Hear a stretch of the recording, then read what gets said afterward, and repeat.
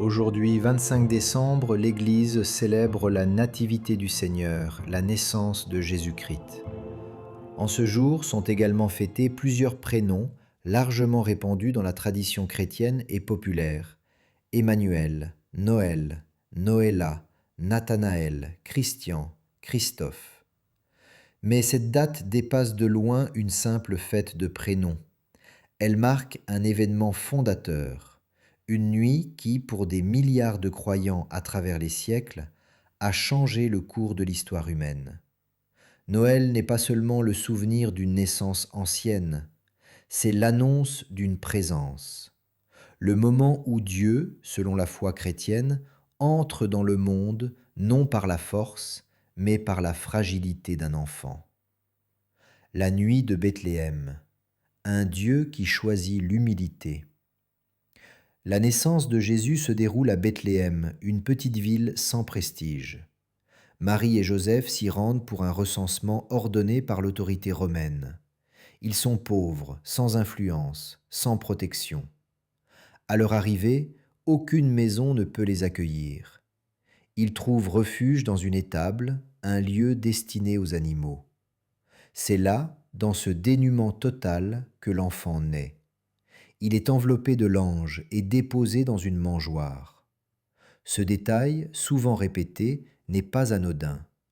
Le Sauveur attendu ne repose pas dans un palais, mais dans un creux de bois destiné à nourrir le bétail. Dès les premières heures de sa vie, tout est déjà dit de sa mission. Dieu ne se manifeste pas par la domination, mais par la proximité. Il ne s'impose pas, il se donne. Les premiers témoins, les petits avant les puissants. Les premiers à recevoir l'annonce de cette naissance ne sont ni des prêtres influents, ni des chefs politiques.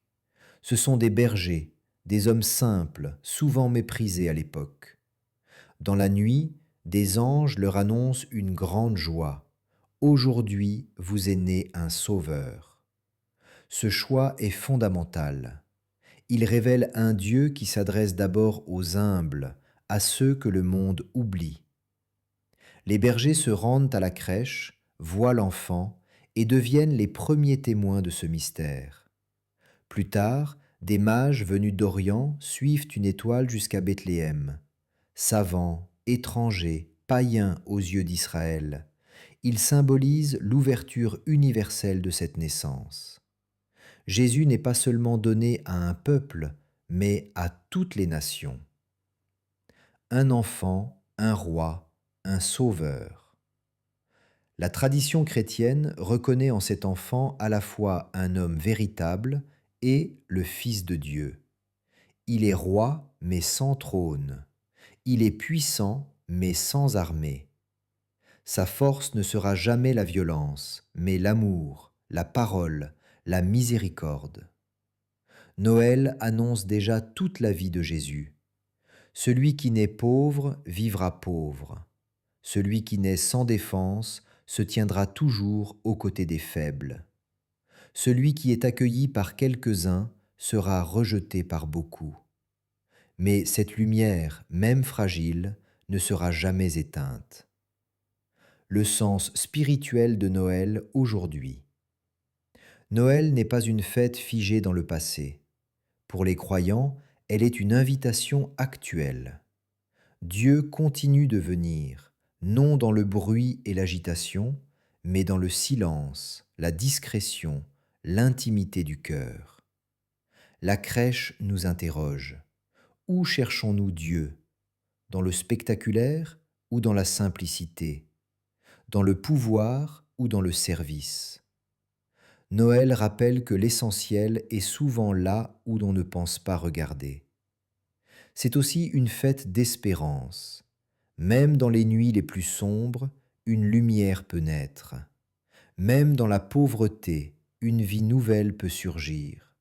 Même dans la fragilité, Dieu agit.